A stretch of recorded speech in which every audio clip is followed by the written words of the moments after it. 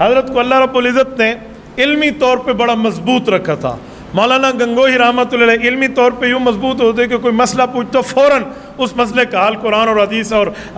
اس کی شکل میں، ماہرین کی آراء کی شکل میں، فقہ کی شکل میں اس شکل کو پیش کر دیتے۔ حضرت گنگوہی کے کئی فتاوی جات موجود ہیں، آپ فتاوی رشیدیہ ان کا مستقل دیکھ سکتے ہیں، اس کے ساتھ باقیات فتاوی رشیدیہ بھی چھپ کے آئے وہ بھی موجود ہے، ان کی کئی کتب بھی ہیں اس مسئلے پر، فلاں عنوان فقہ کے بارے میں۔ ان کو ثانی ابو حنیفہ کا لقب کہتے ہیں کہ امام اعظم ابو حنیفہ رحمۃ اللہ علیہ نے جب ایسے علاقے میں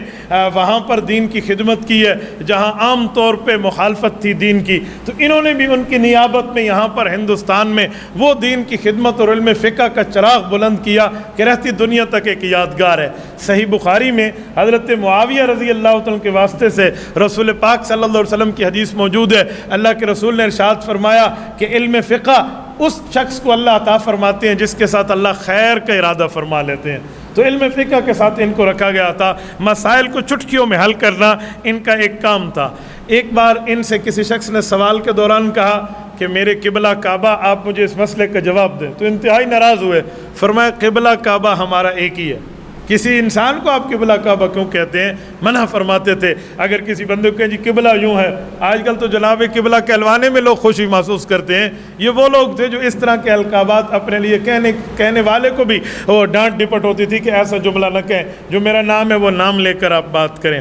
حضرت کے ساتھ ایک بار ایک شخص نے حضرت سے ایک بار سوال کیا کہ حضرت میں نے قرضہ لیا ہوا ہے فلاں آدمی سے، اب میں نے اس کو قرضہ دینا ہے، وہ تو دور ہی رہتا ہے، جب میں نے لیا تھا تو اس کے وہاں جا کر لیا تھا، اب میں نے اس کو قرضہ لوٹانا ہے تو دو شکلیں ہیں، یا تو میں وہاں سفر کر کے جاؤں اور یا میں منی آرڈر بھیج دوں، جیسے آج کل کے زمانے میں ایزی پیسہ ہے نا، اس سے تھوڑا دن پہلے لوگوں کو یاد ہی ہے منی آرڈر ہوتے تھے، وہ ڈاک کے ذریعے جاتا تھا، تو کس طرح بھیج دوں؟ تو یہ بتائیں میں نے قرضہ مثال 1000 روپے لیے اور ڈاک خرچ اس کے اوپر 20-30 روپے آئے گا، تو یہ میرے ذمہ آئے گا یا جس نے مجھے قرض دیا ہے اس کے ذمہ آئے گا؟ کیا جواب ارشاد فرمایا دو باتیں ہیں، قرض واپسی کا مطالبہ اس نے کیا ہے یا ڈیٹ آ گئی ہے اور تم دے رہے ہو؟ اللہ نے کہا حضرت وقت سے پہلے اس نے مطالبہ نہیں کیا، وہ تو خاموش ہے، میں ہی دے رہا ہوں، کہا پھر خرچہ تو برداشت کرے گا، اور وہ وقت سے پہلے مانگ رہے مجھے ضرورت ہے، ہر صورت دے دو، تو پھر خرچہ وہ برداشت کرے گا کہ اس کی ضرورت ہے۔ ایسے عوامی لہجے میں آسانی طور پہ مسائل کا حل لیتے۔